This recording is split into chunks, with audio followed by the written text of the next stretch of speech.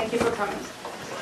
You may think that you're just attending an event tonight, but in fact, your being here means something much more. 1 year ago, a few students at Harvard Business School thought that there were enough Pakistanis at Harvard, but they were spread out. And if we brought them together in a cross-Harvard group, we could have a collective voice and a collective energy that would be very large. And Harvard would have to organize events related to Pakistan. Tonight is a primary example of that. I want to thank each of you for making this happen. You are the ones who are on our list, who came because you got a message even though you were not on our list, who support Pakistanis at Harvard. You are also the executive board of Harvard Pakistan Student Group that has worked hard and does menial tasks sometimes, such as manning the camera while everybody else attends. You are also Carr Center for Human Rights at the Harvard Kennedy School. Harvard University is not set up right now to recognize a cross-Harvard student organization. And while our group is struggling to be the first one in Harvard's recent history, Carr Center for Human Rights has reached out to us and formed a partnership with us. Nigel Pond, the director of the Harvard Pakistan, of the Afghanistan, Pakistan State Building and Human Rights Initiative, is here. And we thank you for putting up with a group of very energetic Pakistanis and a slightly paranoid president sometimes. And lastly, we thank our mentors and our speakers today. They believe in us, a small student group that has an identity that's now forming. And we thank our speakers who've come from far away and hope to have several other events.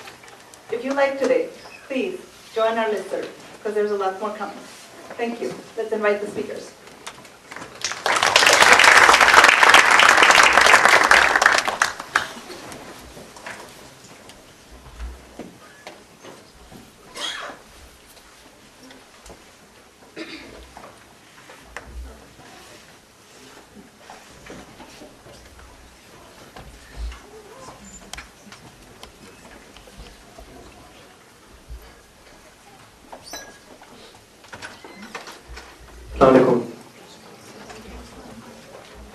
I know today Pakistan, us Pakistanis, have little to look forward to at times, these times, which are marred with security issues and economic insecurity. I know today's event is about media and judiciary accountability, which we all welcome and encourage. But I would like to recount for a few moments, and with your permission, a nation's recent journey. Please bear with me as I go down memory lane in search of wisdom, enlightenment, and learning, which we found in the justice movement. It all started with a no. There were these cases against the missing persons in Pakistan, and the government had asked the Supreme Court Chief Justice Carr-Ryan to back off. The Supreme Court Chief Justice Carr-Ryan was faced with lots of different innocent victims who would come to his court and ask for justice. The Chief Justice at that point asked the government that if you want to continue doing what you're doing, all you need is a Patriots Act, equivalent in Pakistan. Pass it, and according to law, I will then give my judgments. But until you don't have that law, these missing people will have to go free. A lot of these were missing people who were captured because of terrorism, but a lot of them were also people who were just caught up in a triangular web by establishment who had too much power in its control. So the Supreme Court Chief Justice said no. There was a land forest which was de-zoned as a green place where it was not allowed to build construction. But the members, influential members who were tied with the government in Punjab went ahead and they bought this land, and then they were subsequently trying to build apartment complexes on it for the rich. When the Supreme Court Chief Justice got across this case and the government asked him to lay low, don't touch this, he said no. The steel mill privatization case was a similar one where it was being privatized to government cronies who were paying a price which was less than the inventory of the steel mills, let alone the land value. Again, the case came up with Supreme Court Chief Justice and the government requested them to lay off and don't intervene. The Supreme Court Chief Justice said no. Then there was the case of the uniform elections. Well, what others called at that time uniform elections, but were actually elections in uniform. And this was an illegal act, and the Supreme Court Chief Justice was about to give judgment on this. And he was requested not to intervene, forget the law, and the Supreme Court Chief Justice said no. And finally, he was surrounded by generals, by the top most important people of Pakistan, and he was asked not to intervene in the NRO. The NRO is the National Reconciliation Ordinance. It's equivalent to the Truth and Reconciliation Ordinance that you had in South Africa, but without the truth. It is an ordinance which allowed a lot of different political party heads as well as members to have their case erased from history and from law. And the Supreme Court Chief Justice said no. And this is where it all started. Eventually, when he was fired from his job and he was apprehended, it touched the hearts of millions of Pakistanis. It started by the lawyer movement. And the lawyer movement was pressurized. It was asked to lay down.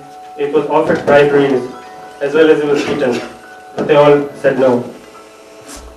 Then it was the turn of the media. The media was shut down. Millions of dollars of losses.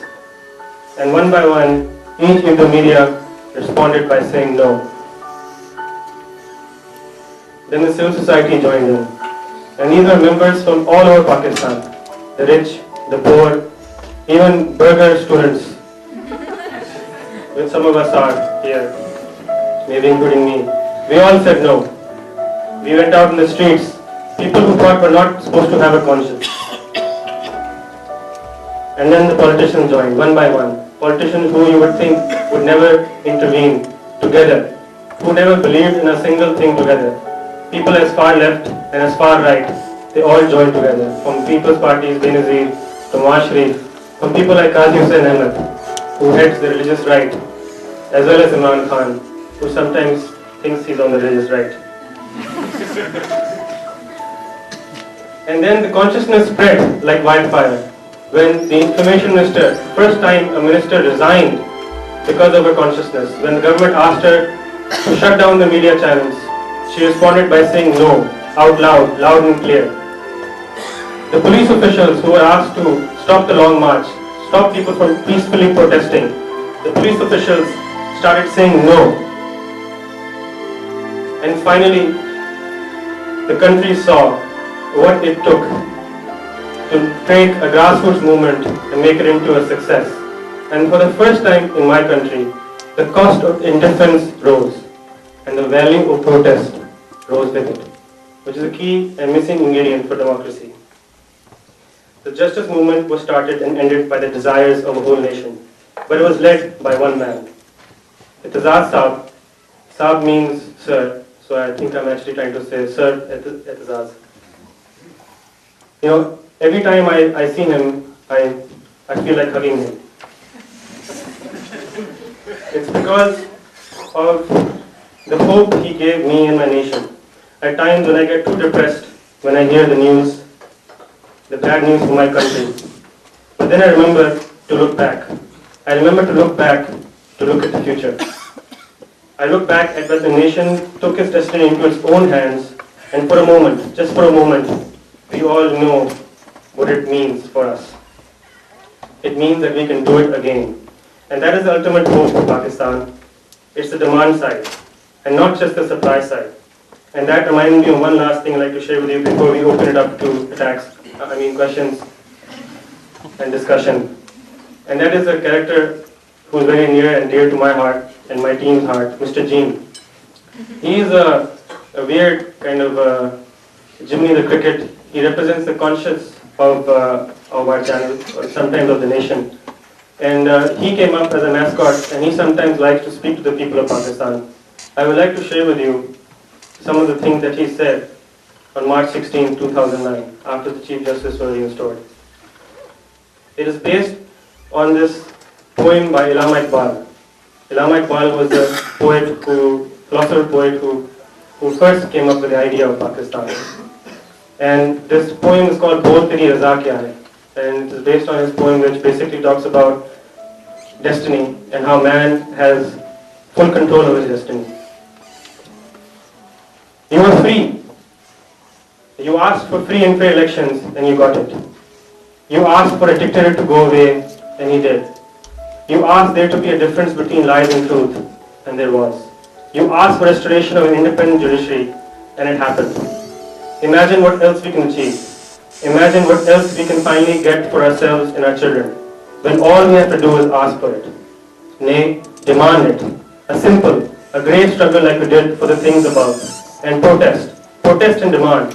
For them, with our hearts and souls. Just demand good leadership and good governance and you will get it. Just demand investment in education, development, healthcare, and our rights to a collective pursuit of happiness, and they will have to listen. Imagine what else can achieve now that we know what achievement is. Imagine a new beginning.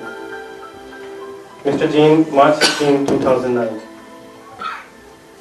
Now, speaking of demanding, I know that Osama is demanding me to stop this romantic nonsense and start this discussion and dialogue. So with that, we begin. Thank you. Thank you very much, Meet, for that euphoric, nostalgic, idealistic, feel-good start, which I have absolutely no issues with, considering that I ideologically relate to whatever you said. But I think you've also given everyone a hint that I'm going to be the bad person tonight. I'm supposed to be the protagonist in this seminar. The structure which we have, I'll just let you know about that, but stating the obvious, let me once again welcome, introduce our two speakers. Barrister Aitzaz, and of course is the most prominent face of the unprecedented Pakistani lawyers movement, a veteran politician belonging to Pakistan People's Party, a federal minister, a senator, a member of the National Assembly, the author of books on subjects as disparate and related as history, politics, society, culture, and also someone who's been a leading counsel in some of the most significant constitutional cases in Pakistan's recent history. Obviously someone who everyone is very familiar with, and we are very privileged to have him here. Mir Ibrahim is of course a very dynamic, entrepreneurial, young CEO of Jio Television Network, which is the most prominent television network in Pakistan, with a very vast array of programs and a very prominent role which it played in the pro-democracy lawyers movement in Pakistan. Indeed, this was a fairly symbiotic and close relationship, so much so that he just threatened to hug Aitzaz and this was quite a synergetic relationship, obviously, because I think without the media's very prominent role, things could not have been as effective. I've also been told that one of the reasons why Mir is here these days is that apparently, as a cost of siding with the pro-democracy movement, Jio lost millions of dollars. And so Mir has been sent here to reflect on that and try and figure out how to recover that money. So whatever his current agenda for being here, we are delighted to have Aitzaz Sahib, of course, and it's great to have Mir on this panel. The structure of this seminar is going to be as follows, even though I'm a panelist, but we need to have a debate.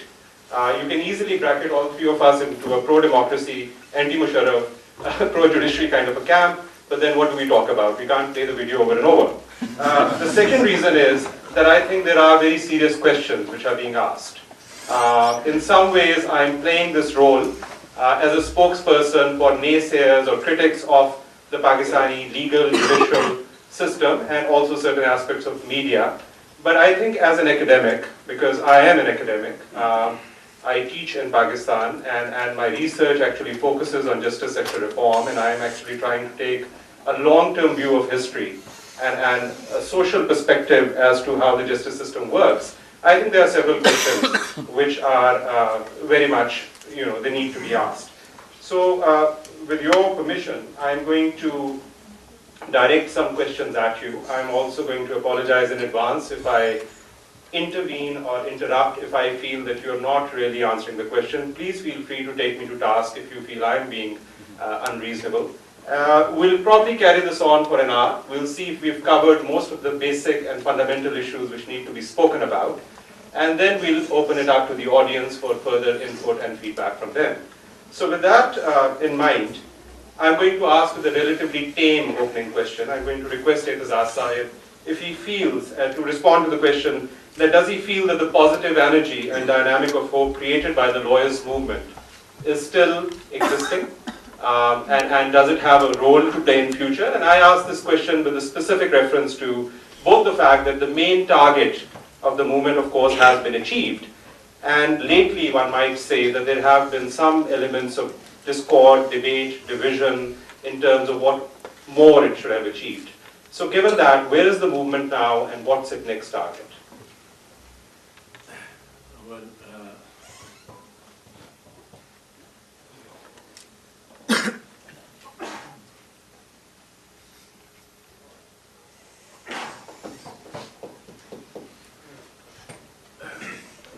thank you, Osama, and thank you, Mir. It's really a pleasure and a privilege to be in this distinguished company in front of me and on both my sides, to the left of me and to the right of me. It's obviously somewhat awe-inspiring to be at the Harvard Kennedy School with such bright people, all engaged in the pursuit of ideals and knowledge, ideals that we may or may not have lived up to, but you are, a whole lot of you are still at that point in life where your life is really ahead of you. And this is the kind of institution which gives you the drive to go out into the world, and I hope not just to pursue careers, but to change the world. The lawyers' movement, of which Osama has made reference, was intended in one respect to change Pakistan, but it was in one respect only. And its goal and object primarily was a limited one. Its span of what it inspired, the span of what it inspired was probably much broader than its limited goal and the limited, focused consensus between all the components of the lawyers' movement. The focused consensus, pinpointed consensus of the components of the lawyers' movement was the restoration of the judges and the Chief Justice who had been fired by the military dictator, General Musharraf. Now, the consensus was essentially focused on that limited objective. There was undoubtedly a broader theme and a broader narrative which the movement carried with it and for which the movement is now being measured in terms of success or failure. Because in the movement, as I said, strictly speaking, stricto sensu, the movement of the lawyers was to get the fired, the dismissed Chief Justice and the judges back in their positions without the requirement of having to take a fresh oath, which was the condition imposed by General Musharraf. That was achieved. The character of the movement, however, was one which has brought, I think, a broader change in perspective as well as in expectations. It was a movement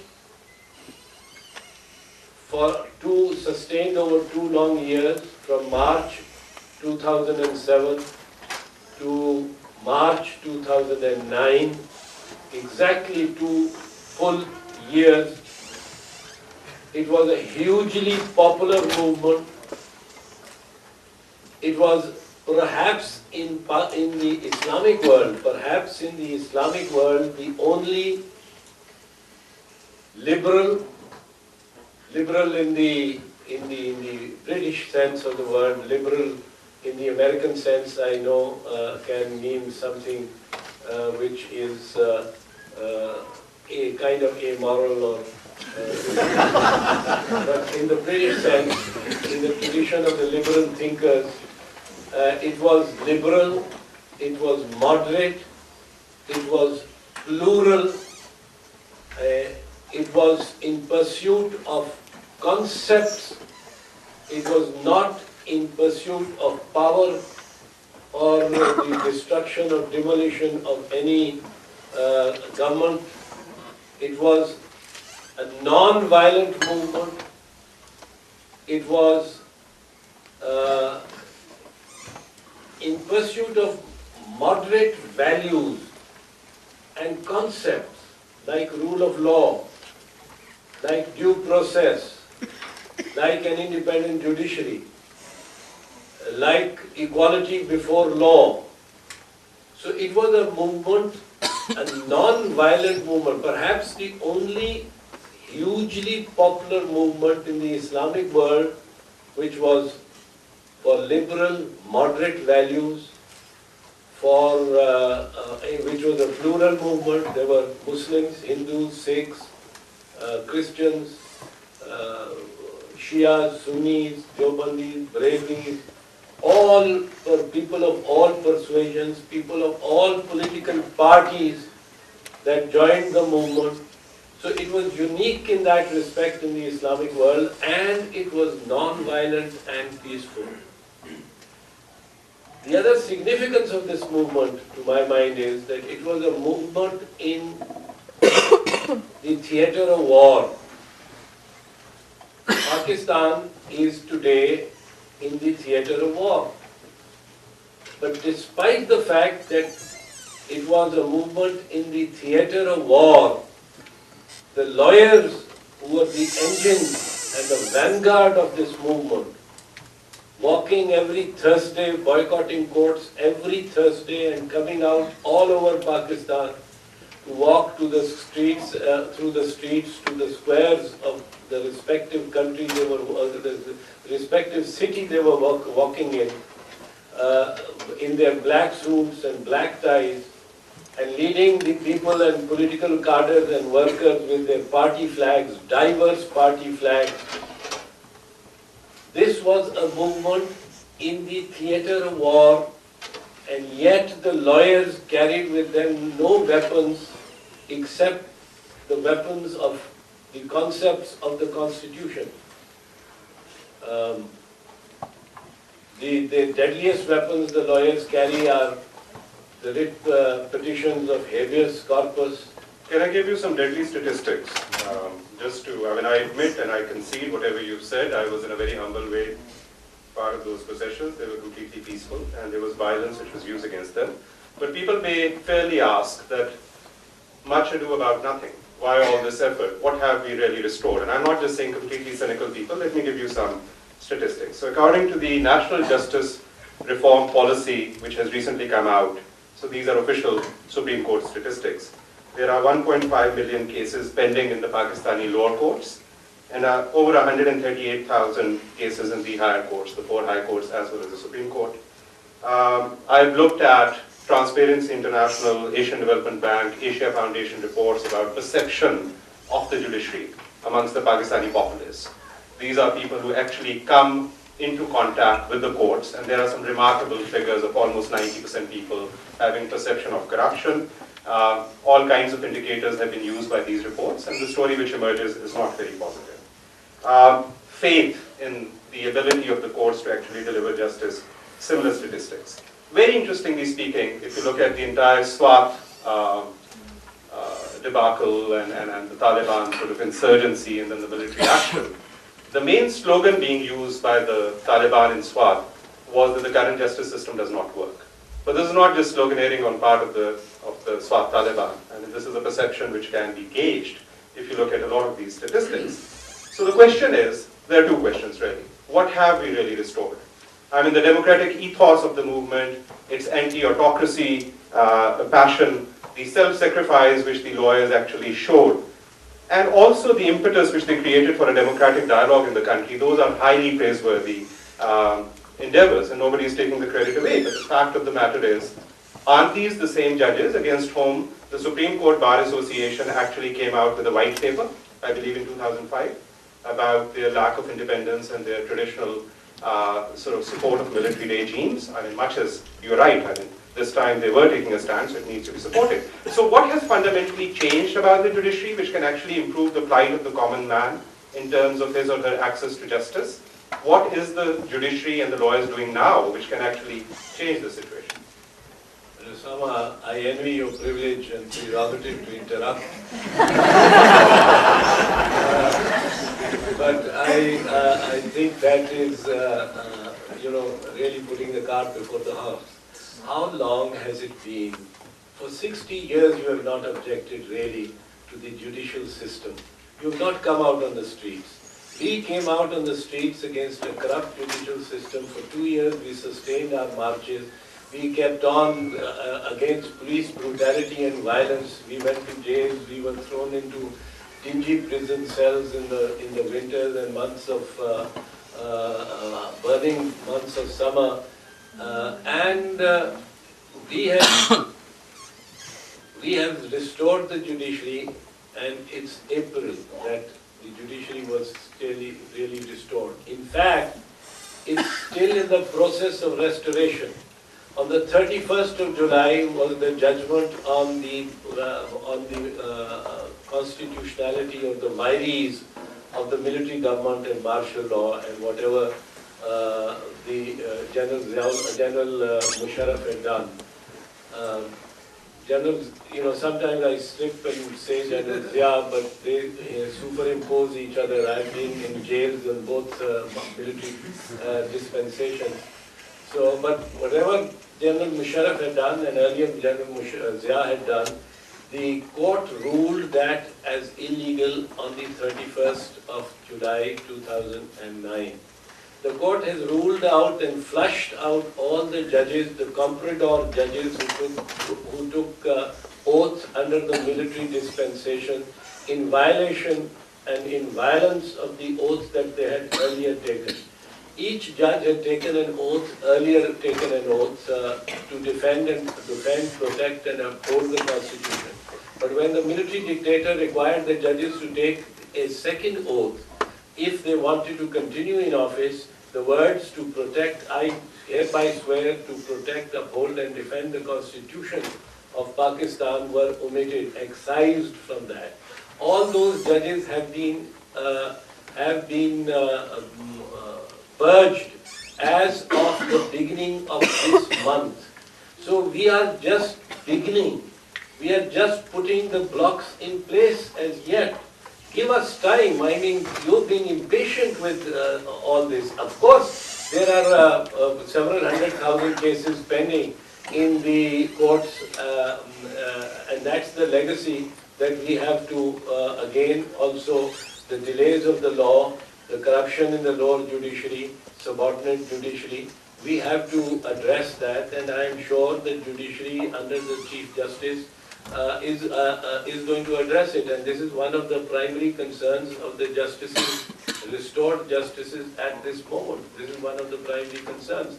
I don't have the figures, but the Supreme Court has been also issuing figures since May this year about the hundreds of thousands of cases that have been decided in the courts since the restoration of the judges. I don't have those figures, but there was something like 300,000 cases a month. So that figure that you've spoken about, you've given, is gradually dropping, and it's going to drop. But remember one thing, the judiciary was restored, the judges were restored in April, in end of March. They were restored at the Chief Justice and the judges were restored at the end of March. Until this month, the PCO, the Provisional Constitution Ordered Judges, or the pretender judges, were part of the court, and they've been now flushed out of the system through the constitutional process, through a process whereby judicial indictments were initiated against them for having violated the oaths that they took to uphold the Constitution. And most of them have resigned. Most of them have opted not to face the consequences of the process under Article 209 of the Constitution, which is the process designed for judges who commit a misconduct, like taking an oath unto a military dictator. So give the judiciary and the judges some time, and these figures will correct themselves. Thank you so much. I have a follow-up larger question about even if the capacity of this justice sector improves, whether that's enough, but if I may, with your permission, move the focus for the moment to media. It is true that Jio and a lot of other Pakistan television channels and the print media, by and large, played a very positive role, and I think the way they highlighted various aspects of the movement both boosted morale and also gave a perspective to people and created a lot of rights awareness. But I think a lot of people also feel that, historically speaking, the Pakistani media has had a very clear pro-right-wing tilt. And they say that if you scratch the surface, the pro-right-wing, the pro-establishment tilt comes across very clearly. So till last year, during the course of the lawyers' movement, of course, there was very open debate of the historically problematic role played by the army in Pakistan's politics. Now, partially it's understandable because there are these military operations taking place, but there's a lot of pro-army hurrahing going on, led by the media, led by a certain number of and specific anchors, TV hosts. So, I mean, to what extent has the politics of the media really become more embracive of the more progressive, liberal, pluralist forces, as Aitzaz is saying, in politics? I mean, it's not as if the Pakistan People's Party has historically gotten a very clear, sort of non-partisan, open kind of depiction as the kind of pro-Muslim League and the pro-army kind of news reporting which you already, which you mostly have. So, has it really changed, or is it really basically people from the 1980s, from Zia's era? Thank you, Osama. Osama, I think you're putting the cart before the horse again. I would also like to remind you that Aitzaz is also our lawyer. So if I get into trouble, I will ask him to respond on my behalf. I think that, to be honest, I do think there's a small element of realizing also how far media has come. Along with the judiciary, we are also barely 5 years old. And my grandmother tells a very interesting anecdote. She tells me that, in my defense, she tells me that if you ask a child to go and clean a room, and if a mother asks a child to clean a room after 20 years, the first thing he will do is create more dust. He will create more of a mess. So there are certain times, I think what in the initial stages, what may seem a little bit like anarchy or dusty anarchy. I think the intentions and a lot of things that media is doing, eventually when the dust settles, we all realize that there's a greater good than the costs of that dust. And yes, sometimes it gets dusty and accidentally we knock out a lamp or two while trying to clean the room. But I think that again has to be taken into context of where the nascent stage is at. As far as the right is concerned, I'd just like to comment briefly on understanding again the context of this right. I mean, for almost 20 years, and there's a left and a right in every country, right? I mean, here you've got Fox News, you've got CNBC as well, you've got what do you call the Hawks, you've got the Doves. So Republican and Democrat, there's a natural tilt between this left and right polar worlds. In fact, it's a good fiction to have in most countries. In Pakistan, however, the balance between left and right has been tilted, manipulated systematically for the last 25, 30 years. And the battle for the soul of Pakistan, as I could call it, has been rigged. And it's been rigged towards the right, and it was done obviously many, many years ago, and some members of the Western countries also helped rig that battle. And almost $5 to $8 billion worth of investment went in, which helped proliferate a whole establishment, which then seeped into our media, seeped into our government, seeped into not only our religious institutions, our education institutions. And it's going to take time again to weed that out. It's going to take time to have balance reinstored. As far as, I wouldn't like to say liberal, but I'd like to say progressive, I think it's a better word. You see a lot of, again, potential for our audiences in our country, for the progressive agenda or for the stomach for progressive things. And we see that in, the most popular movie in Pakistan happens to be this movie that we launched called Khuda Ke Liye. And if you see that movie, it has, categorically denied the religious rights point of view of Islam, and yet it happens to be the most popular movie. Even now, I agree that there's been a lot of pro-military campaigning going on, but that has also been possible because media has exposed the extremism behind Taliban. It's differentiated between fundamentalism and fundamentals, and only doing so allows the country now to support what the military is doing in some of its operations. And I think that's a very, again, key component of how to balance or make the country a bit more balanced towards the left and the right. Thanks. The very start of your response to my question, of course, hinted at the possibility of legal action. So that takes me to the next question regarding the media, which is about extortion, blackmail, and defamation. These are, I'm not trying to say that this is something which the media regularly engages in, but since we are here for institutional analysis and much as we want to hold accountable the other institutions of the country, I think in the same spirit we're talking here. Now the fact of the matter remains that the defamation law, the tort liability for defamation is quite weak in Pakistan. The fact of the matter also remains that there is an extra power which the media has in terms of going after someone, especially if the other person does not have the access to the same kind of resources to respond back. So this is a question which actually touches upon both the tort liability system for defamation in our legal system and also the existence of this phenomenon. And the larger question here is really that of regulation. Now, whenever you talk about media regulation, I'm of course very wary of that. That has issues because it has free speech implications. And Pakistan is a very clear example where regulation has been used in the past to violate fundamental rights. But if you don't have regulation by the state, you would expect that there would be self-regulation. Is there, honestly speaking, any self-regulation for content, for hate speech, for people's reputation, those kinds of things, as far as the media is concerned? Because at times, things do happen which seem completely alright.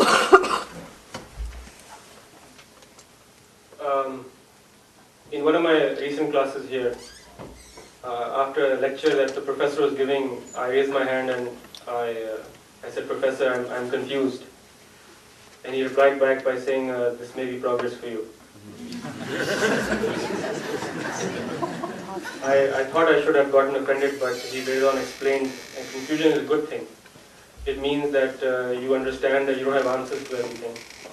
And I agree that the regulation is an issue, and self-regulation is the answer, and there are ways and means to do it. And I don't think the Pakistan media industry has actually gotten it right fully so far. But I would like to give you some insight. As far as any other institution is concerned in Pakistan, I think the media in Pakistan gets the most amount of feedback. And feedback is again what makes the world go round. You can call it institutional balance form of feedback. What I'm referring to is ratings. Every single day we have our elections. The government has elections every 4 years or 5 years, or depending on its immediate dictatorship, maybe 8 or 13 years. I don't even know Judiciary, I don't know how quickly that changes. But as far as the media's ups and downs are concerned, we are going out and getting a vote on a daily basis. And there's feedback that we collect based on that. And those ratings, and whereas they can have some negative pressure, but by and large, we get a very robust feedback on where we're headed. And I don't like to discount, I think, the audience. They know when we become sensational. They also know when, in the interest of showing the truth, sometimes we show blood and gore when we cover our bomb blast coverages. They give us feedback on how sometimes we don't create a distinction between fact and opinion, and they vote with their remote. And now, as you know, they are. When I originally went back, I'm now a recovered investment banker. I used to work for Goldman Sachs. About 8 years ago, there were 3 channels, most of them state channels. And now, when I recently was sent here, there are 82 indigenous channels in Pakistan, private. And I think the competition that is behind these channels and the entrepreneurship of ideas this is creating is very, very healthy. And I think competition and feedback is probably the best form of regulation. I mean, I'm open to more ideas in terms of how to regulate, but self-regulation is definitely the answer. And again, you have to understand the context of Pakistan. I think the nation stage that we are going through, in many ways, judicial activism and media activism is a need, is a requirement, because the parliament, in many ways, is not authorized and in many ways is not empowered to do its job. And when you have that kind of vacuum, judicial and media activism sometimes is required for certain shock therapy for that institutional balance to take place. So that's the second part of my answer, that again, if you took it into that context, I think a little bit more leeway needs to be given to media, even though one has to be conscious about self-regulation. Ahsan, if I were to ask you that, is the major issue confronting the justice sector financial, so that it's really a capacity constraint, which is why most people still have limited access to the courts? Because that's definitely the story which is emerging from the National Judicial Reform Policy, where it's mentioned that historically the judiciary has been underfunded. Now, I might add that there was a US $350 million Asian Development Bank project starting in 2000, which was to bolster the capacity of the judiciary, and didn't quite happen. So one wonders whether that's the only issue. Or is the real issue that the system of law and justice, which we have inherited from our colonial past, has never been fundamentally revisualized, questioned as the appropriate system for a post-colonial society? And I'm considering that roughly, apparently, 3% of the population has a BA education. We have probably some of the lowest literacy rate statistics in the world, and then there's further regional disparity. One could easily argue that for most people, the very language English is a big obstacle. The complexity of the legal system is an obstacle. Lawyers can be an obstacle. So even if you have 5,000 more courts and 10,000 more judges, the basic issues which alienate society from this justice system are not going to go away. And it is this question which needs to be asked. Would you say that, or do you think that's anti-progressive, anti-modernist? No, I don't think it's anti-progressive or anti-modernist. I think this is a very relevant question that you have asked. But I think it has a much broader dimension than just the judicial system. You can't have one system in a country working in which no other system actually works. Where, as Mir was rightly saying just now, and I endorse his view, where other institutions do not work, where Parliament passes one law in an entire year, in one calendar year, Parliament passes one law, where Parliament meets barely for 130 days in the year, counting weekends as sitting days. So Saturday and Sunday included, in the sittings, Parliament holds 130 sittings only, where the bureaucracy has been corrupted to the core, and you can't even get legitimate work done, even if people have to lubricate the palm of some person. There you can't expect Number one, first of all, everything from the judicial system. Number two, importantly, you're right, there is an issue of resources, there is an issue of manpower, and of course there is an issue of the legal system and the laws. Not that they are colonial. The laws, by and large, are irreproachable. They are sound and rational. Even the laws of procedure are sound and rational if you read into them. The discretion that the courts exercise by way of being able to adjourn cases, by way of being able to take depositions as a parallel proceeding outside the court so that the judge can continue with more work and some delegation is made for the recording of evidence, which is a major time-consuming proceeding in the entire judicial process. In all these many ways, the laws are fairly well designed and strict, but wherever discretion is allowed, the slightest use of discretion is allowed, that is often misused and abused. Now that is an issue, a social issue, a cultural issue, more than a legal issue. In a culture in which there is little respect for rule of law, it's a culture in which if I overtake or I go against the one way on a road and get to wherever I want to get faster, I pat myself on the back.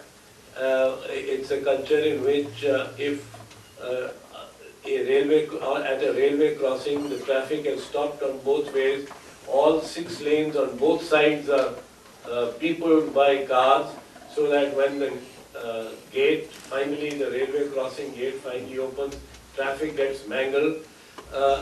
It's a cultural issue. I think we have to teach more than the judges. We have to teach by example from the top. When the ruling elite continues to get away, continues to break law and to get away with breaking law, then it permeates downwards to everyone else. And it's not just the judicial system. I think it's the cultural attitude with a certain amount of disrespect for rule of law that we need to change and need to address. So you pointed out an important cultural dimension to this. The argument on the other side, at least traditionally, which anthropologists and sociologists of India have made, is that this system is actually not culturally suited to the local system. The adversarial process system, the fact that there has to be a winner or loser in the system rather than a reconciliation. And this was a focus on the village sort of polity and how disputes took place. This is an ongoing debate, but I definitely take your point that there are larger social and cultural dimensions to this, which are extremely important. Let me ask you a more specific constitutional question, since you are obviously one of the leading constitutional lawyers in the country, and this pertains to specifically the judicial appointment and removal system for the appellate judiciary under the Constitution. In a lot of other systems, of course, the actual appointment of the High Court or Supreme Court judges is a much more public process. Here, for example, in the United States, the names are already within the purview of the public discourse, and all kinds of things come out rather excessively at times. And then, of course, the Senate also plays a role. We have a process which is not only, if I may say so, almost enigmatic, because recently there was a huge debate whether the Chief Minister can play a role or not, whether the Governor plays a role. So quite apart from what's written in the Constitution, then there was the appointment of the judges case, which enhanced the role of the judiciary, rightly so, under the circumstances as to what happened. But it seems that the bar for appointment is very low. For example, it's only 10 years of practice. And the process at the end of the day is dependent on the executive. And now there's a bit of obviously scrutiny by the judiciary because of those cases. But is this process still sufficient, considering that we do want to give our judges security of tenure. We have been talking about independence, but independence of the judiciary. But there has been relatively less talk about the quality of the judiciary. They are not very open to the idea of ongoing training, even though law is a dynamic, constantly growing field, because that almost becomes a contempt of court. They know everything. But at the same time, once they're there, they have this amazing security of office if you follow the principle. But the process which actually takes them to the appointment leaves something to be desired. Would you agree with that? I'll come to the process. I may just mention to you that your mention of Indian sociologists and political scientists and forensic thinkers about there being the adversarial system not being necessarily the best suited to South Asia. I think there is intense debate about it.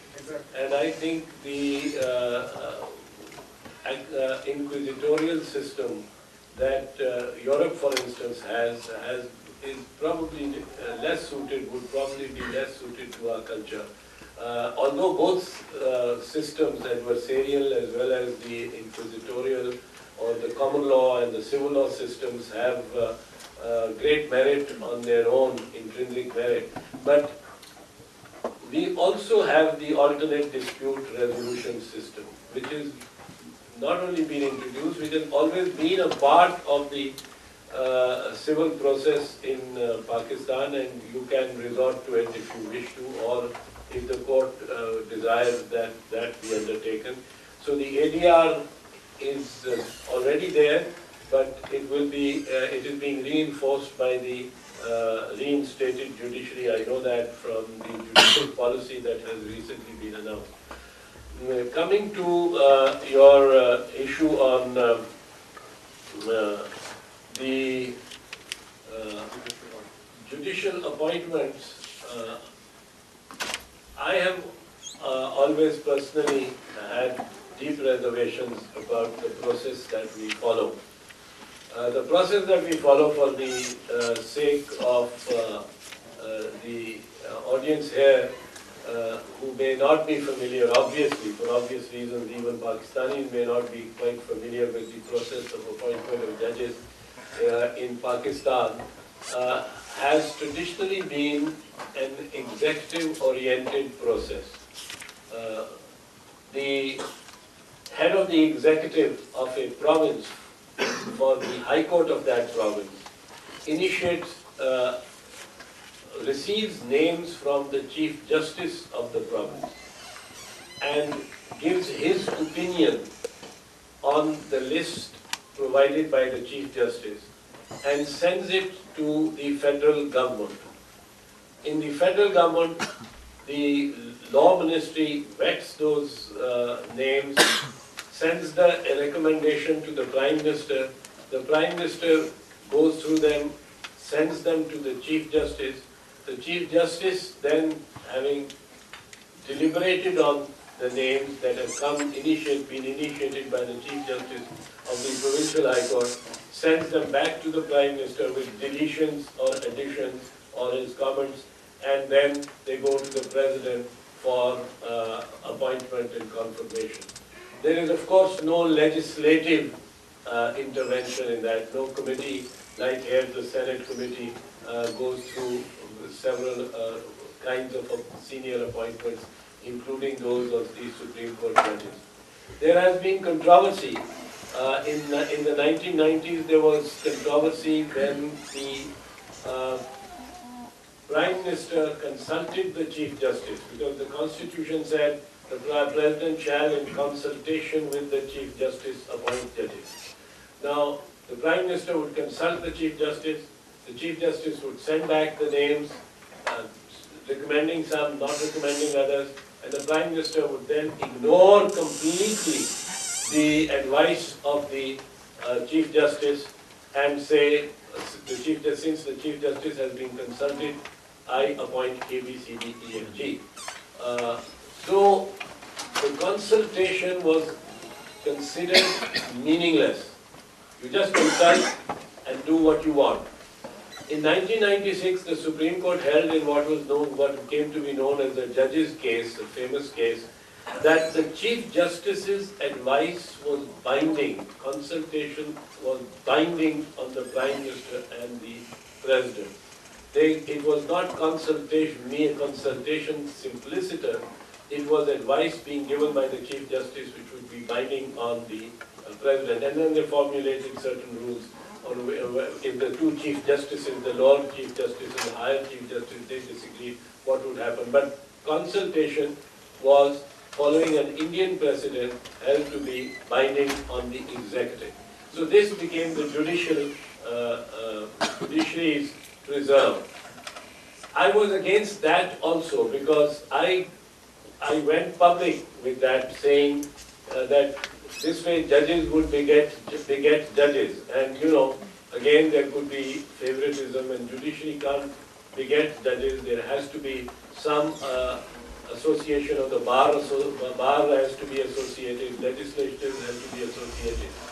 Then in 2006, the two major parties of Pakistan, the Pakistan People's Party and Pakistan Muslim League Nawaz, the late Benazir Bhutto and Mia Nawaz Sharif, two former Prime Ministers, signed a Charter of Democracy in which there was a section on judicial appointments, which brings in the Law and Justice Committee of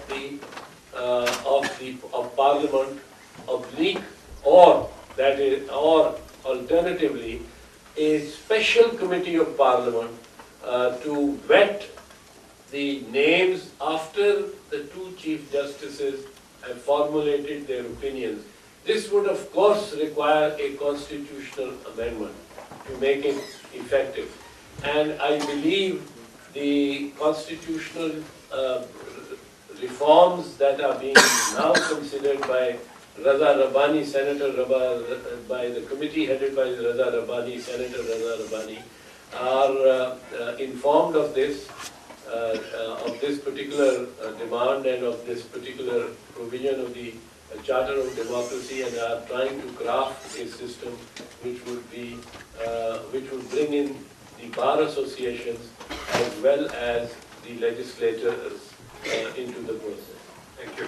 I'm going to ask one last question each from both of you, and then I think we should go to the audience. I'm sure they have questions as well.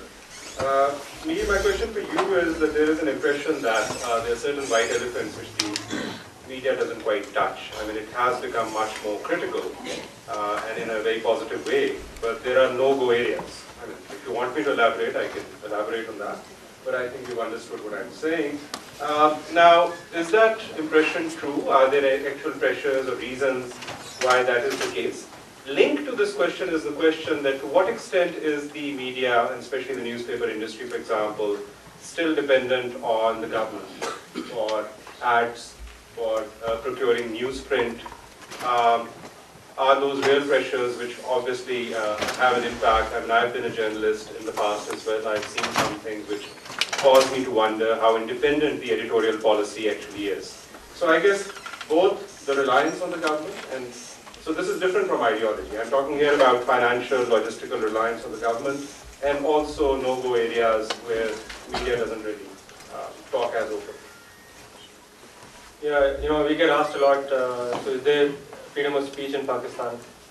And you know, at times I say that yes, there is freedom of speech in Pakistan, but little freedom after speech. And I think that has been changing. It's been changing for the better. And at this moment, I would also like to acknowledge something perhaps controversial. I think we should agree that in many ways that change has come because of the President Musharraf's past actions, which he made in not stopping the media from doing its job way back in eight years ago. But and then obviously he tried to put the genie back in the bottle, and then that was also one of the downfalls. But I do think that there are lots of stakeholders in the country who have gotten a pinch of the so-called media activism. I don't think anyone has been spared. In fact, we did an ad when you were shut down. This ad was basically, it had the title, Where Do We Go From Here? And it showed about 5 doors. And each of the doors was a no entry sign. There was the religious right on the right, there was the liberal left on the left, and then these moderates in the center, then there was the government, and then there was also the military, and then there was also the American world, the Western civilization. And each of them had their own complaints against media, in particular Geo. And if you want to go into your white elephants, I can reveal what was behind those doors as well, and what each of these stakeholders had against the media. I do think that there is a delicate balance and a challenge to reveal certain things. For example, you mentioned the military, and I'm also very wary of having a too strong military in Pakistan. But this issue has to be balanced with the whole Talibanization issue. So when we exposed what the Taliban were doing, we gave military a lot of strength, and maybe that strength has been abused during the Kerry-Lugar debate. Maybe it has been abused, but this is a delicate balance. At the same time, we talk about the religious right and religious left. If we start airing too many liberal or too many progressive point of views or leftist point of views, there's a danger of enacting the right and for them to feel marginalized and come back aggressively. So there, I think little dosages are required. And the thing that concerns me the most, which I'm most worried about, is this distinction between government and democracy. Now, we in the past, just like 3 months ago, exposed a lot of things that the government has been up to in terms of corruption, including all the way dealing with President Zadari himself. It includes his role and the government's role in the steel mill process, where some cronies were being given steel. It includes land acquisition, again exposed in the media, so we reversed that. The steel mill chairman had to step down. PIA was buying a fleet when it was bankrupted because certain commissions were being passed out. That was also exposed. And there are lots of other examples. But again, there's that distinction that if you are too harsh on the government, sometimes democracy itself gets threatened. And that's also a delicate balance. And we understand there's idealism, but there's also certain realities that we face in the country. And I think sometimes we try to tiptoe around them, and sometimes we don't do a good job. Thanks. Ahsan, my at least last query is related to what obviously you know very well about, but if the audience doesn't, is what's called the doctrine of the political question, which is essentially a doctrine which tells the courts in a country to not intervene in certain areas because they're essentially unelected, and these are public policy kind of decisions for which they don't have the requisite expertise. If the judges get involved, they'll get burned fingers, they won't be able to get things implemented. And so these are issues and questions best left alone to the public discourse and to the parliament. Obviously this is more complicated than this, but this is one of the reasons why judges are told to engage within a certain sphere of activity. Now, we have had in Pakistan and India, of course, judicial activism, which is a complex debate once again. In many ways, it has been a very proactive judicial role to give access to justice to those people who are otherwise vulnerable. And that is the justification given for this, quite apart from the fact that there is actually constitutional provision for judicial activism, both in the Indian and the Pakistani constitution. But lately, there has been some concern that perhaps the judiciary needs to have more self-discipline in terms of what they should intervene in and what they shouldn't, because they may be actually treading on the toes of the parliament. The democracy is quite nascent. I'll give you a more recent example. There's, as you're well aware, the sugar prices, which are currently being discussed. It's a pending case. I could be called in for contempt, but I'm actually away from the country, so I'm going to do that. It's academic speech in any case. So, but generally speaking, maybe not specifically that case, but are there areas where you think there is a possibility or there's an apprehension that the courts may actually be going way beyond what they should really be doing? Well, actually, sugar prices is a good example of that. The court, the Lahore High Court fixed a particular price, 40 rupees for sugar. You don't have to be outside the country to criticize it. I criticized that severely, and that was while I was in Pakistan myself before coming here. I said this is not something that the courts are required to do. The courts can guide the executive. The courts can say that what the executive is doing or not doing is unreasonable in terms of assuring a fair price, a reasonable price to the citizen, but the court should not be fixing prices. There's so much economics involved in it, the purchase of so many inputs have to go into it. And although there's no doubt about it that the sugar barons are a mafia and had really been fleecing the people, and there is no doubt about it, they were hoarding huge amounts, hundreds of thousands of tons of sugar, and creating an artificial shortage to create. So the judges got really frustrated by the hue and cry of the citizenry. And this is what sort of is the rationale behind judicial activism.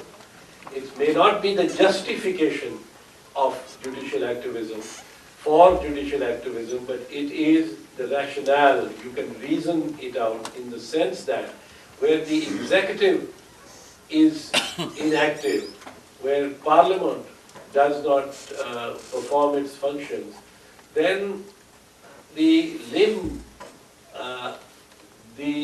particular limb that it can function will come and function with greater vigor, sometimes with greater ferocity, but greater vigor. So judiciary comes in at a point of time when, and it sometimes makes wrong decisions, like the one on the sugar price, which I clearly and completely disagree with, but you can rationalize it. You may not be able to justify the judgment or justify the action, but you can rationalize it, you can find reason for it, that here was massive mountains of sugar being hoarded by the sugar mafia. The sugar mafia peopling and populating the executive and the legislature, enormous interests, sugar interests were being represented in Parliament itself, in both houses of Parliament. So there was a restraint on action against the shortage of sugar, and the judiciary came in. It came probably blundering in, but it did so with all good intentions, and I think the debate like you and I, and the criticism of that judgment that you and I make, will teach it to keep within its bounds. But it was a very frustrating situation. Do not forget that when Khaja Sharif gave a judgment that the fixing the price at 40 rupees, whether it did any good or not, but there was a relief in the sense that people said somebody at least has focused on this issue and somebody has done something. So while you can't justify it, you can rationalize it. Sure. Thank you so much for those very insightful observations and all those questions, and thank you to both of you for giving such good responses to these questions and showing that you're true Democrat at hearts by taking these questions in the right spirit. I think we should open up the debate to the audience.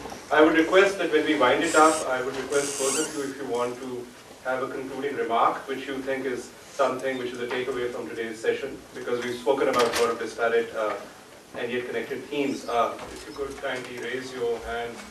I'll start from, yeah. There's a button that every desk that they can press and their microphone. Okay, so, sorry?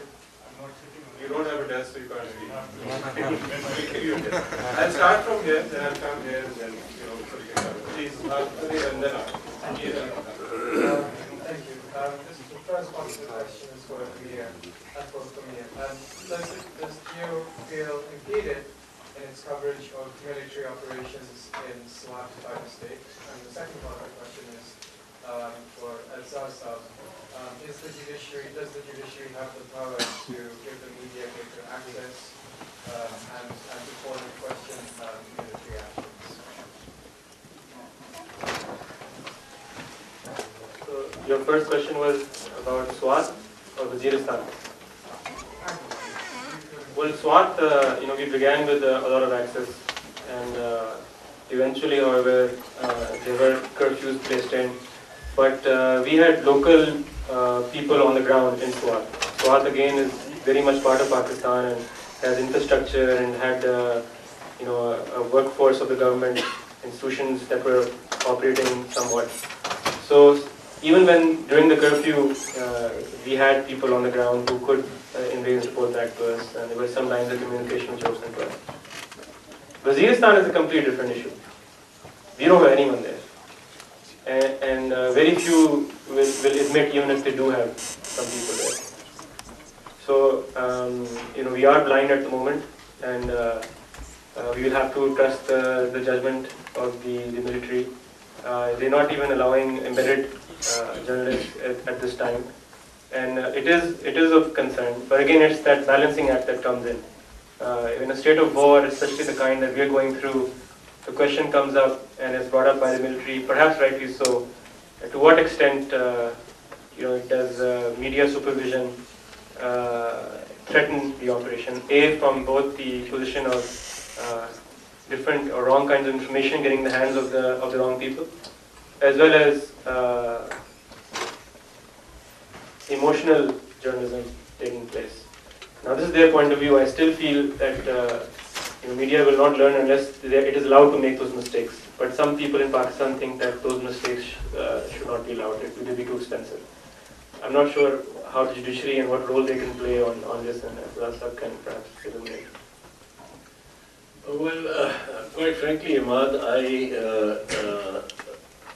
think that the judiciary can certainly play a role and enforce the freedom of the press and the media in the settled and peacetime areas in peacetime. In the war zone, the maximum that the judiciary could possibly say is require the army to have embedded journalists. And I don't think embedded journalism is necessarily the best kind of journalism. We've seen that in Iraq, and it's distorted the whole war, and something different was happening from what was being reported and was being portrayed as the truth. So in the war zone, I think it will have to be the post-mortem, a journalistic post-mortem of what has happened, particularly in an area as cruel as Waziristan and with adversaries as desperate as the Taliban. The lives of journalists themselves are at risk. There was Mushtaq, who was Musa Khan, Swat, who was just shot and killed, and journalists will lose their lives and I don't think media houses like Geo, for instance, can really push their journalists into the fire of the war that is going on. My question, actually, there are two components to this. The first question is for Aitzaz, and that is, there is this fear that we have a case of a runaway judiciary in Pakistan. You may remember the letter, the infamous letter that Naeem Bukhari wrote way back in 2007, I think. And it kind of seems to hold true again. There seems to be a media circus in play in the Supreme Court. And my fear is that how do you rein this runaway judiciary in? They're sort of bent upon taking suo motu action upon suo motu action, even though, as Osama quoted, there's a huge backlog that the Supreme Court has on its docket. Sort of building upon that, Mir came up with it, and you sort of seem to endorse that point of view that when one limb of the government fails, the other tends to become a little overarching or sort of goes beyond what it's supposed to be doing. What you call as the legal activism. To quote my mentor, Professor Naqvi, that's the very same argument for military activism. So what's your response to that? And for me, I have a separate question. That is that, sure, media is in a very nascent stage, but this is a very interconnected world with you have abundance of precedents before you as to what you should do and what you should not do. One of the criticisms of Geo, it seemed to be completely borne out by one of your anchors who was here last week, is that you were sort of institutionalizing conspiracy theories.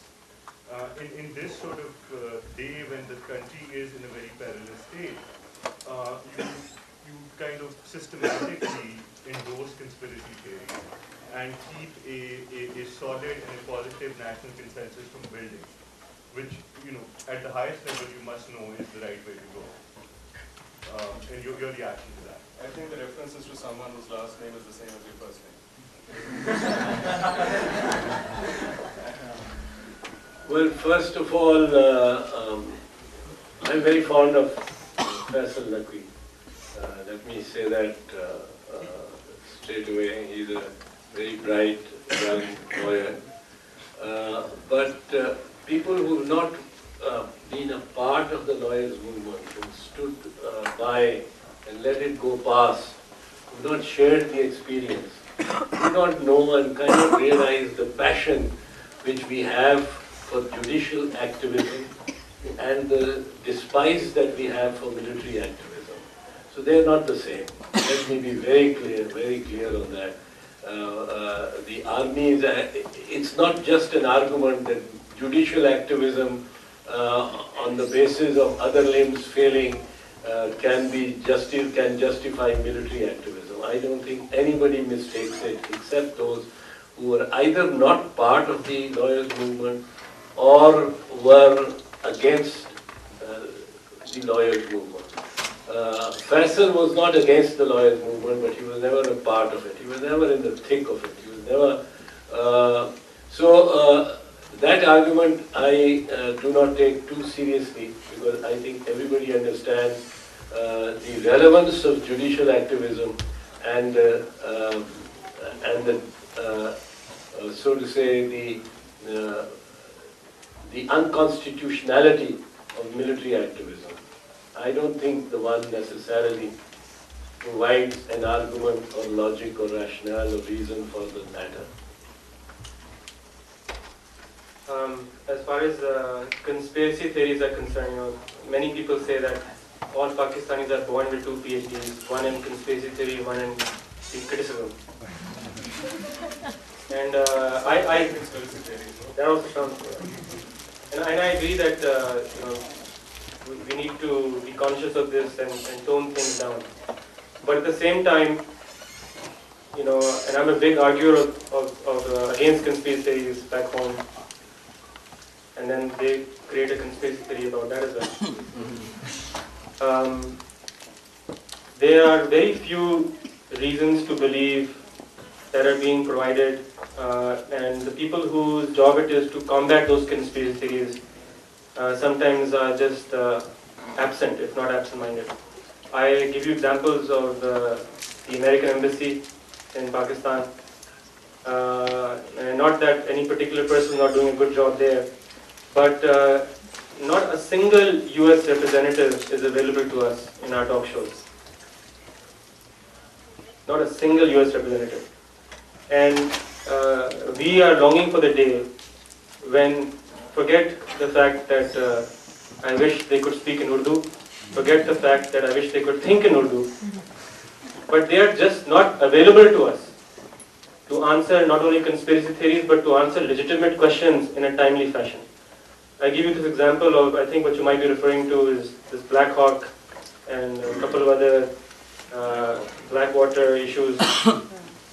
And it took, and this is on record, it took about 35 days before the embassy responded to queries or responded even to the initial press reports on this issue. 35 days. This is on the record. And one of the things that I think not only progressives, but in particular institutions like Harvard and the Carr Center, I think what they can do together is to influence people over there to understand that yes, there is a conspiracy culture, and the only way to combat is to face it and counter it. And we need Pakistani faces to do that.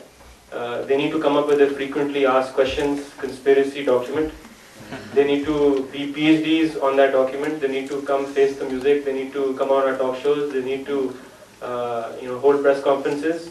And if there's really nothing to hide, they need to come out and face the music. But over the last, I've been in Pakistan for 8 years doing this, and the last year I realized how badly this is needed. And I think they are working on it, but I'm not sure when it will be done. If we move to the center, if I may request that you ask one question so that I can get more people and keep the question very short. This gentleman and then this gentleman. You see, public activism in Pakistan demanded two things. They wanted free judiciary. They also wanted rule of law and constitutional government. You have not mentioned any reference. You have not made any reference to the government of Pakistan, how they performed after the election. This is supposed to be a democratic government, but they have performed very poorly. So there is a deepening crisis in Pakistan. So what do you account that for? Because of no accountability, absence of rule of law, or absence of constitution? Well, quite frankly, I assumed, I did not speak about the government or its good or bad performance for the reason that governance was not probably, as I understood it, within the purview of our discussion today. It was judiciary and not the government. And I didn't speak about the performance of the government also because it's the government of my own political party.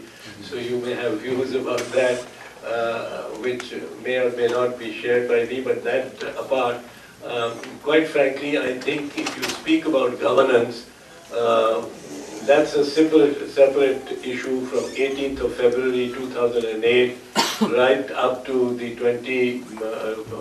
whatever it is today, 26th of October 2009.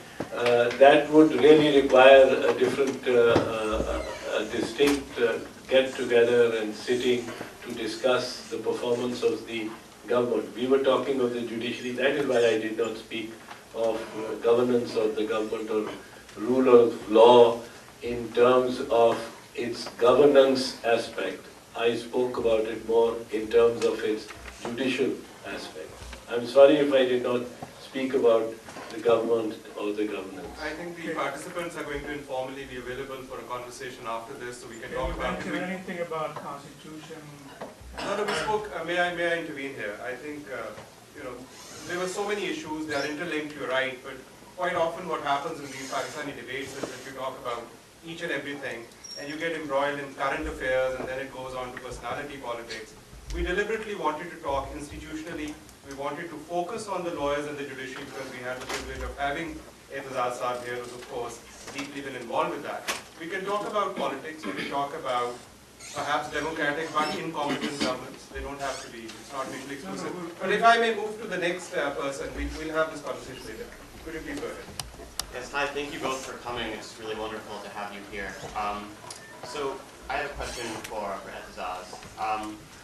You mentioned the need for broader social and cultural change to really inculcate the rule of law over the long term. And I guess I'd just like to ask you about how you think that this movement might have or might not have had an effect on the professional culture of lawyers and judges. To what extent has the movement changed that professional identity for the long term? So not just the judges who refuse to take the oath, but the judiciary in Pakistan as a whole. Not just the lawyers for this movement, but a long-term change in the professional culture of how lawyers see themselves in Pakistani society and their kind of willingness to stand up for those ideals of liberalism and moderation that you mentioned so eloquently.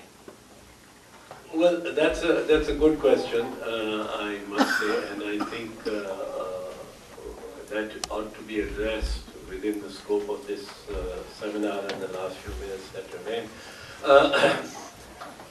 What are the effects in terms of the judiciary?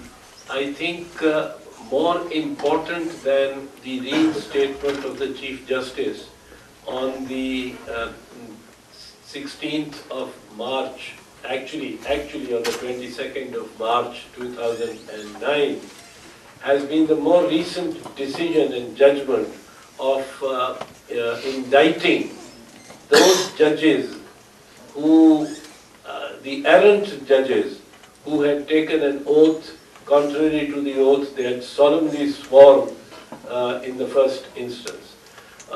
That, I think, is the defining event of the movement, because never before, judges had been periodically taking oath to military dictators. 4 times military dictators intervened, 4 times the judiciary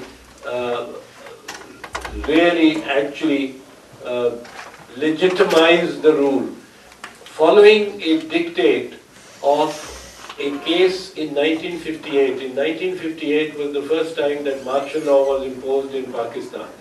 And when the matter went about, to the Supreme Court about its constitutionality in a long judgment, there is this critical sentence in the judgment. The critical sentence was where the Chief Justice and judges endorsed the ministry, endorsed the military in imposing martial law. The critical sentence was, the Chief Justice held in 1958, and this was followed ever since until 2009, the exact sentence was that a successful coup d'etat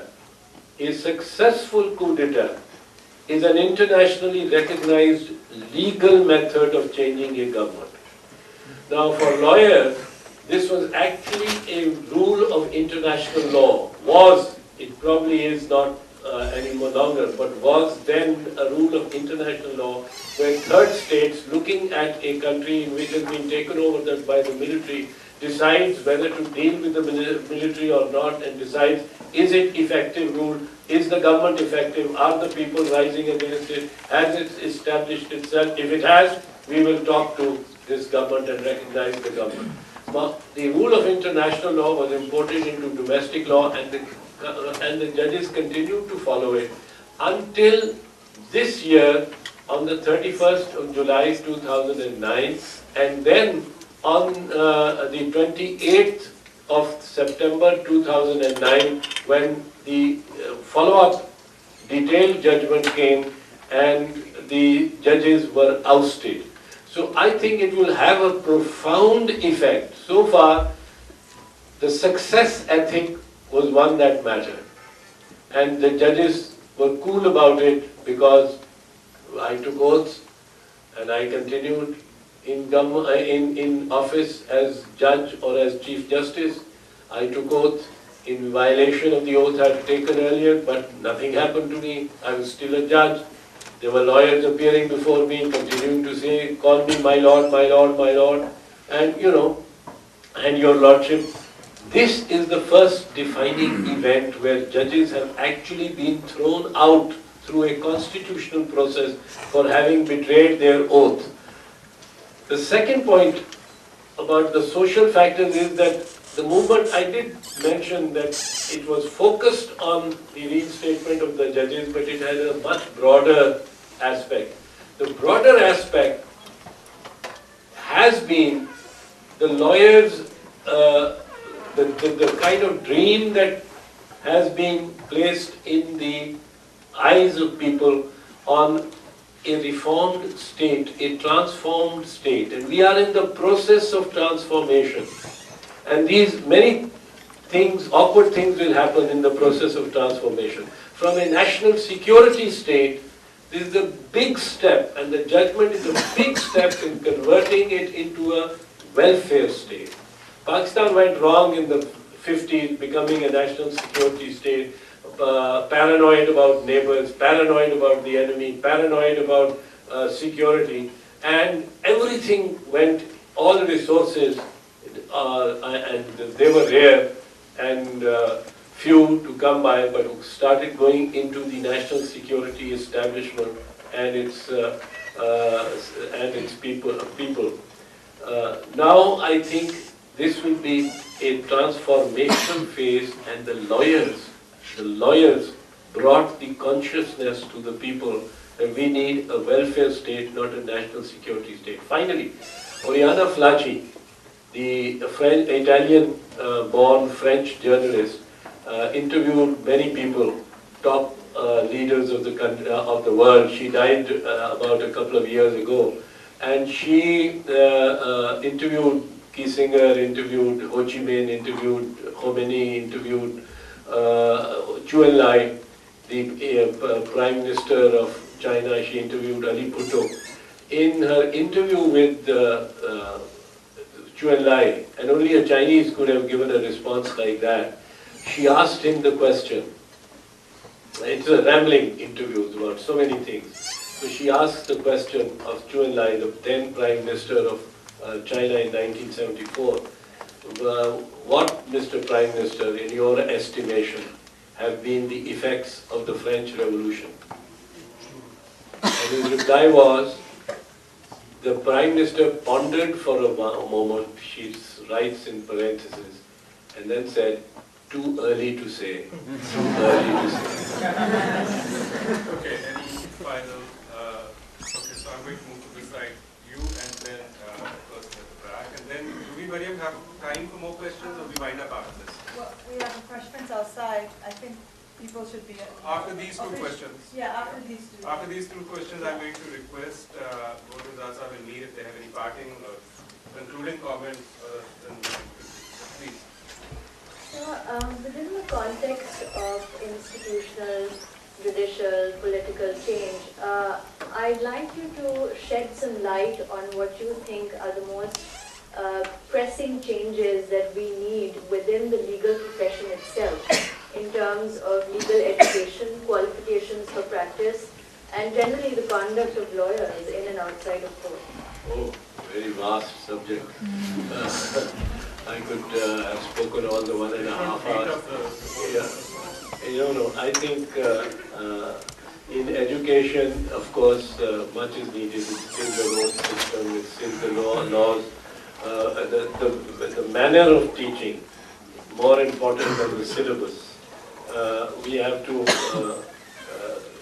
sort of rethink that altogether and reintroduce more participatory kind of methods which keep, rather than the last week road system method. But that pervades, is all pervasive in the entire education system of Pakistan, not just laws.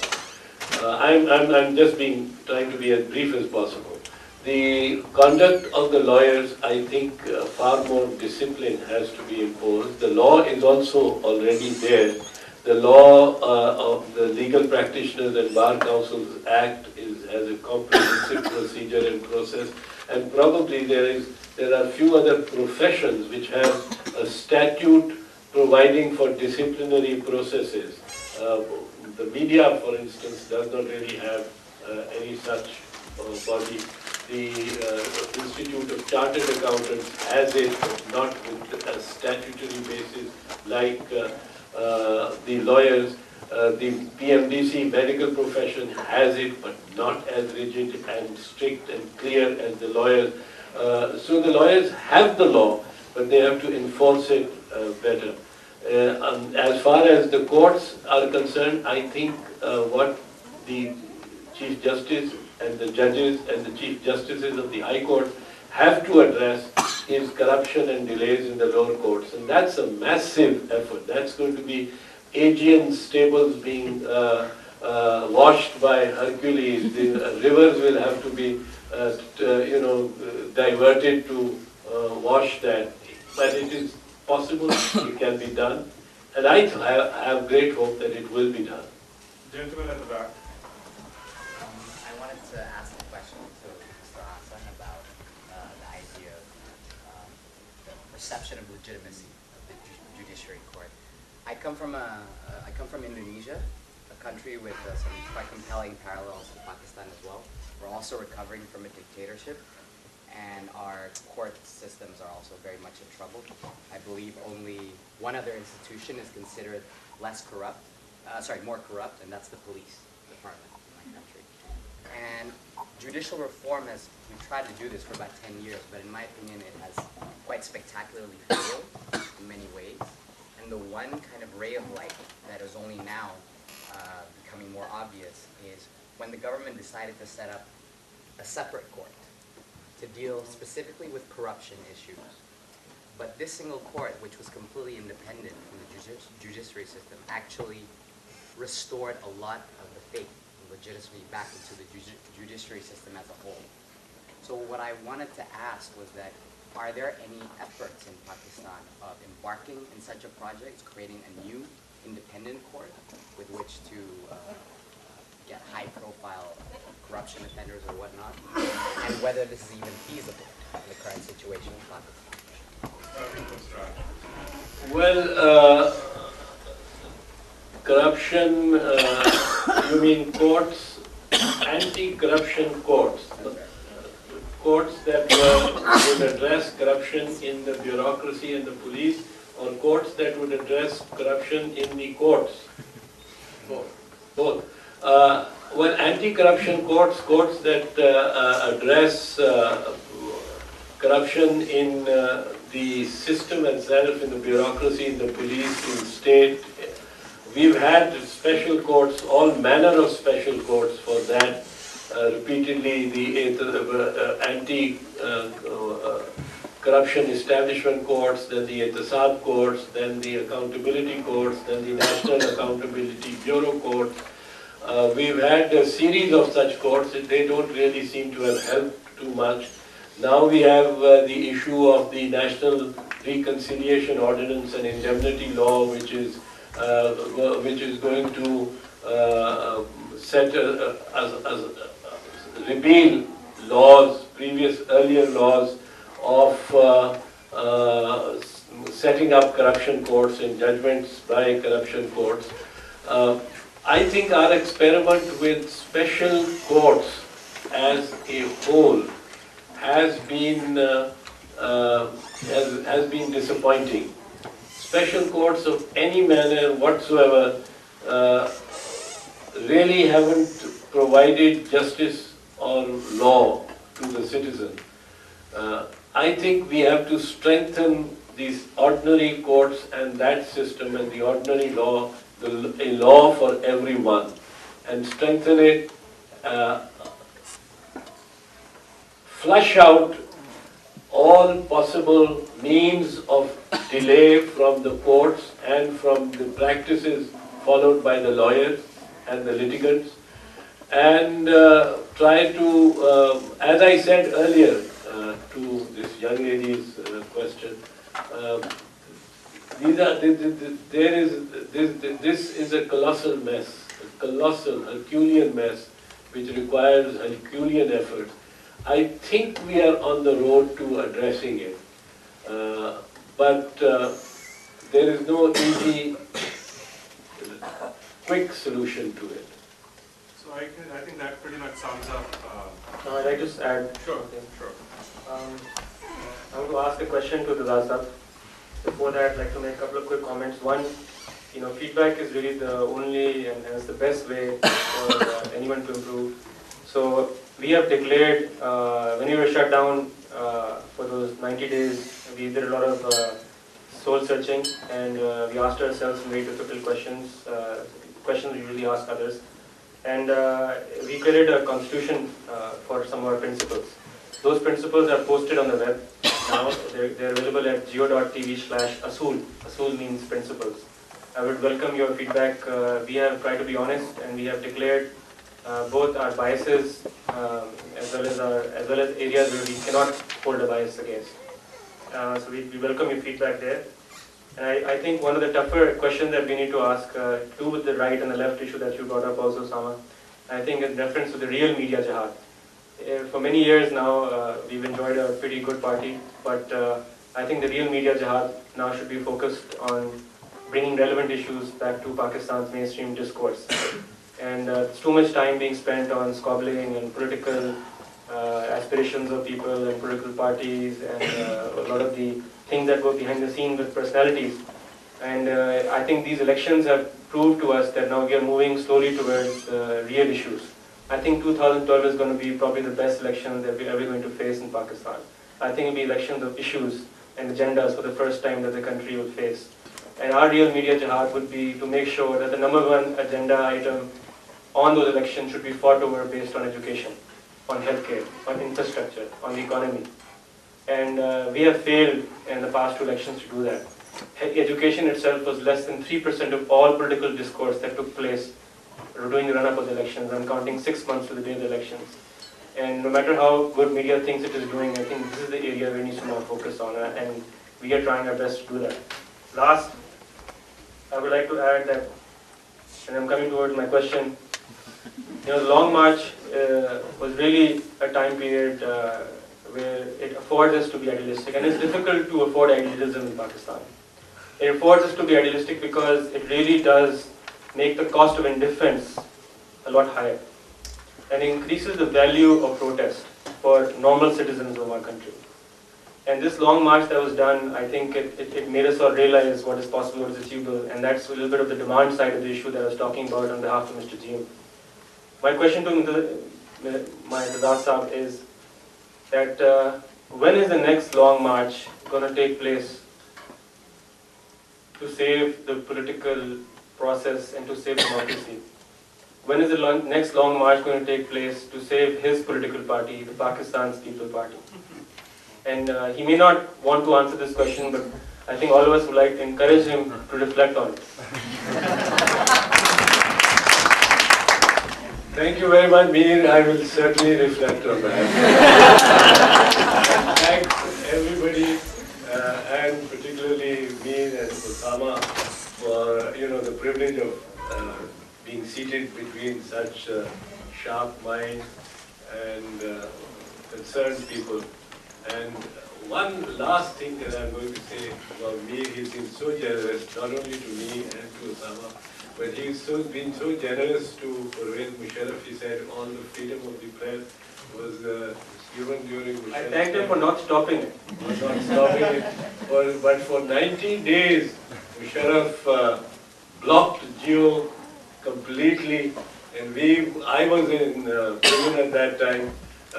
We would speculate, the prisoners sitting together, when is Geo going to collapse, when is Geo going to collapse. But Geo stood its ground, and Mir and his father really stood their ground and made us proud, because that helped regenerate the lawyers' movement and the people's popular movement and the Long March.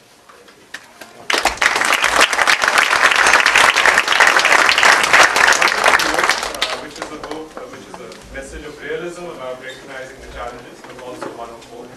And also on that wonderful note, and the fact that all of you that stood all those questions, included many of the Pakistanis, which gives us a lot of hope for the future. Let me thank all of you for being such a wonderful audience, and thank Aitzaz to be once again for being such a good panel. Thank you.